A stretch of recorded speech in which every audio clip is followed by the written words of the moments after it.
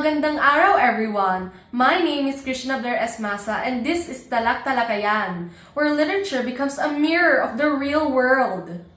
In today's episode, we will learn and study how we can avoid conflict and tension through the lessons of Florante at Laura. And of course, we will connect it to what's happening today, especially the ongoing war and tension between Iran and the US. In every era of history, conflict has always existed. But whether in literature or in real life, the story is always the same. In Florante at Laura, two kingdoms are torn by jealousy, betrayal, and the hunger for power. Florante, a noble warrior, is destroyed, not by enemies he does not know, but by those he once trusted. And just like in the modern world, tensions between nations such as the United States and Iran reflect a similar reality, where mistrust, political conflict, and lack of understanding continue to create division. Different times, different names, but always the same story. Conflict begins when communication breaks down, and peace fades when pride takes control. But both history and literature remind us that war is never the only answer, and that even in the darkest of conflict, understanding can still be chosen. From Florante at Laura to the world today, the question remains: will we choose war or will we choose peace? I'm so happy and excited to welcome our guests from the new Filipino private school, both brilliant in literature and current events, none other than Miss Judee. Hello everyone! Excited akong pag-usapan kung paano konektado ang panitikan sa global issue. And of course, Miss Ziane.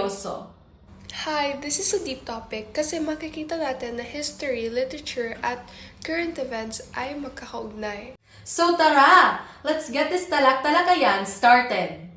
In Florante at Laura, we see a powerful tragedy shaped by envy, power, and injustice. Mga bagay na talagang nakakasira. Adolfo in particular represents greed and jealousy and ultimately caused Florante's downfall. Kung isipin, hindi agad digmaan ang nangyari kay Florante. Nagsimula muna ito sa inggit at hindi pagkakaunawaan. Now let's look at the bigger picture. The war and tension between Iran and the United States. For many years, the relationship between these two countries has never been easy. It was filled with misunderstandings, political tension, and even sometimes armed forces. Talagang complicated at matagal na ang issue. Parang sa Florante at Laura, nagsimula rin ito sa mistrust at history ng conflict. Kapag walang tiwala o communication, lumalaki ang gap at minsan nagiging sanhi ito ng mas malaking problema. The important point here is that both in literature and in real life, the lack of dialogue can lead to war. Kapag walang pag-uusap, pwedeng humantong sa mas malalang sigalo. For you, Miss Judee, why do you think people end up in conflict, whether on a personal level or even globally? For me, ego at pride. Kapag mas pinili ang pride kaysa understanding, nagiging defensive ang bawat panig. At minsan, fear din. Fear of losing power, identity, or control. In Florante at Laura, we see this in Adolfo. He let envy and the hunger for power to take over instead of choosing understanding.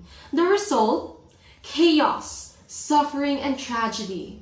Now, let's connect this to us as youth.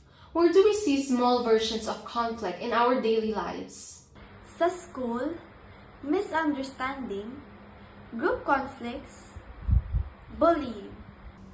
At sa social media, arguments, hate culture, mabilis na pag-aaway dahil sa opinyon. So how do we avoid letting these conflicts escalate? Pause and reflect before reacting. Hindi lahat ng bagay kailangan sagutin agad. At empathy, subukang intindihin ng kabilang panig bago mag-judge. Which means prevention starts with communication, not violence. Because just like between US and Iran, and even in Florante at Laura, small misunderstandings, kapag hindi naagapan, can grow into something much, much bigger. If we break it down, we can actually see a pattern. In Florante at Laura, envy equals betrayal. Betrayal equals conflict. In the US and Iran situation, mistrust equals tension. Tension equals possible escalation. Ibig sabihin, ang ugat ng digmaan ay madalas hindi agad armas, kundi emosyon at hindi pagkakaintindihan. At ang understanding ay nagsisimula sa pakikinig. So Florante at Laura is not just a love story or a tragedy. It's a reminder that power, when not guided by reason, can lead to destruction and suffering. In today's world, like the situation between the US and Iran, we see that the most important weapon is not arms, but dialogue and communication. Yes, peace is not the absence of conflict. It is the presence of understanding. Okay, so before we end, I just want to say how amazing our discussion was today. I felt like we traveled from Florante at Laura all the way to the US and Iran situation. But the message remains the same. Understanding is everything. True, nakakatuwa kasi. Kahit mabigat yung topic, nagiging meaningful yung discussion natin. At sana yung mga nakinig, meron na ring nakuhang aral na pwedeng i-apply sa totoong buhay. Thank you so much, Miss Judee and Miss Ziane, for sharing your thoughts and being a part of this conversation. Thank you, Rin. I really appreciate this discussion. Thank you, very insightful and important yung topic natin today.